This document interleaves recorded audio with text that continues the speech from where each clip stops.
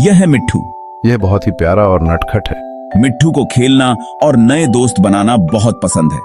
यह हमेशा हंसता रहता है और सबको हंसाता है।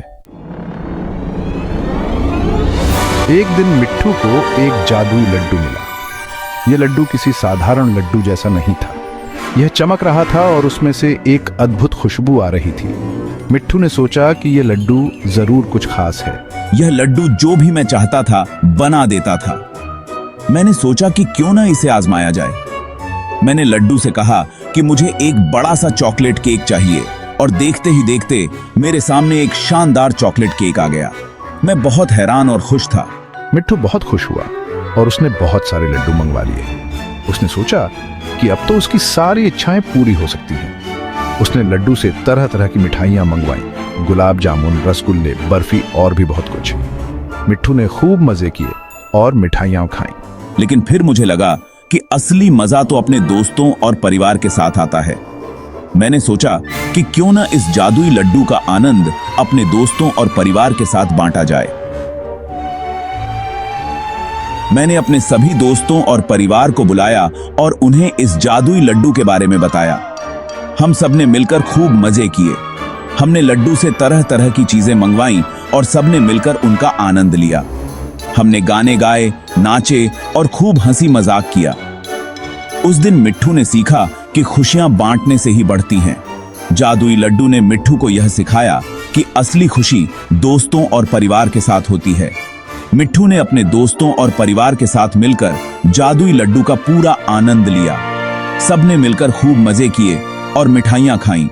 उस दिन मिट्ठू ने सीखा कि खुशियां बांटने से ही बढ़ती हैं। जादुई लड्डू ने मिट्ठू को यह सिखाया कि असली खुशी दोस्तों और परिवार के साथ होती है।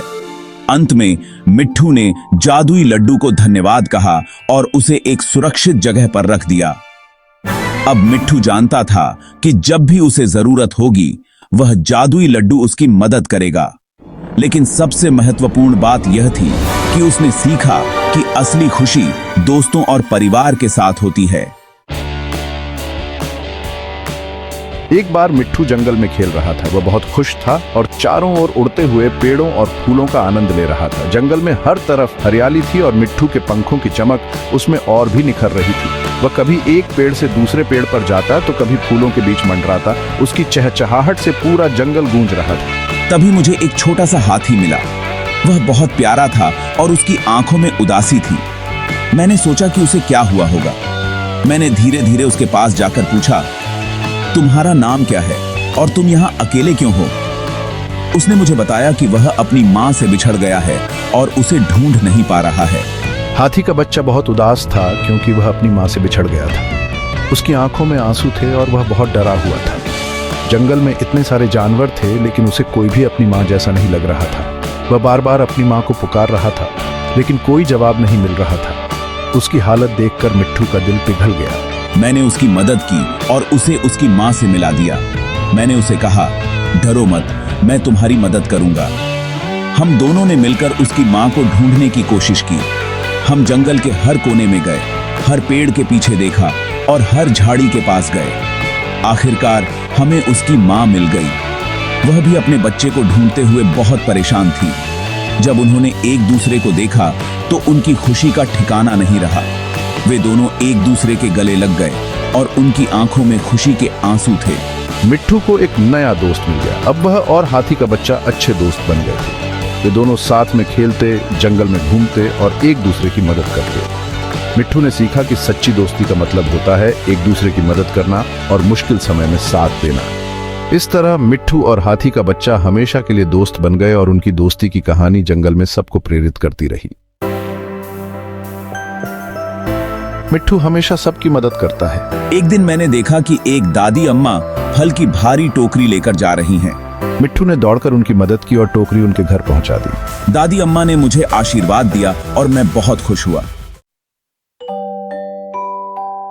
मिट्ठू का स्कूल। मुझे स्कूल जाना बहुत पसंद है। वह क्लास में ध्यान से पढ़ाई करता है और अपने सभी दोस्तों के साथ खेलता है। मुझे हमेशा नई चीजें सीखने में बहुत मजा आता है। मिट्ठू का डर। एक बार मुझे एक छिपकली दिखाई दी। वह छिपकली अचानक से मेरे सामने आ गई थी और मैं बहुत डर गया था। मुझे नहीं पता था कि क्या करना चाहिए। मेरे दिल की धड़कन तेज हो गई और मैं कांपने लगा। वह बहुत डर गया। मिट्ठू ने पहले कभी छिपकली को इतने करीब से नहीं देखा था। उसकी आंखें बड़ी हो गईं और वह सोचने लगा कि यह अजीब सी दिखने वाली चीज क्या है, और भागकर पेड़ के पीछे छिप गया। मिट्ठू ने सोचा कि पेड़ के पीछे छिपने से वह सुरक्षित रहेगा। वह धीरे धीरे पेड़ के पीछे से झांकने लगा, यह देखने के लिए कि छिपकली अभी भी वहीं है या नहीं। लेकिन फिर मेरे दोस्त ने मुझे समझाया कि छिपकली से डरने की कोई जरूरत नहीं है। मेरे दोस्त ने कहा, मिट्ठू, छिपकली हमें कोई नुकसान नहीं पहुंचाती, वे बस अपने काम में लगी रहती हैं। उसने मुझे छिपकली के बारे में और जानकारी दी, जिससे मेरा डर थोड़ा कम हुआ। ये 10 सीखे हैं। मिट्ठू ने हिम्मत करके छिपकली को देखा। उसने धीरे धीरे अपने डर पर काबू पाया और छिपकली के पास जाने की कोशिश की। मिट्ठू ने देखा कि छिपकली भी उससे डर रही थी और वह भी भागने की कोशिश कर रही थी, और पाया कि वह तो बहुत प्यारी है। मिट्ठू ने महसूस किया कि छिपकली भी एक जीव है जो बस अपने जीवन को जी रही है। उसने छिपकली के साथ दोस्ती करने की कोशिश की और धीरे धीरे उसका डर पूरी तरह से खत्म हो गया। अब मिट्ठू और छिपकली अच्छे दोस्त बन गए हैं और वे एक दूसरे के साथ खेलते हैं। मिट्ठू ने सीखा कि कभी कभी हमारे डर केवल हमारे मन की उपज होते हैं, और जब हम उनका सामना करते हैं तो वे गायब हो जाते हैं। मिट्ठू की चालाकी। मैं बहुत चालाक भी हूँ। एक दिन उसने देखा कि पेड़ पर एक आम बहुत ऊपर लगा है। मैंने अपनी चालाकी से एक लकड़ी की मदद से आम तोड़ लिया। उसने आम अपने दोस्तों को बांट दिया। मिट्ठू की सीख। मैंने तुम सबको बहुत कुछ सिखाया है। उसने हमें बताया कि दोस्ती कितनी जरूरी है, दूसरों की मदद कैसे करनी चाहिए और हमेशा खुश रहना चाहिए। मेरे जैसे बनो।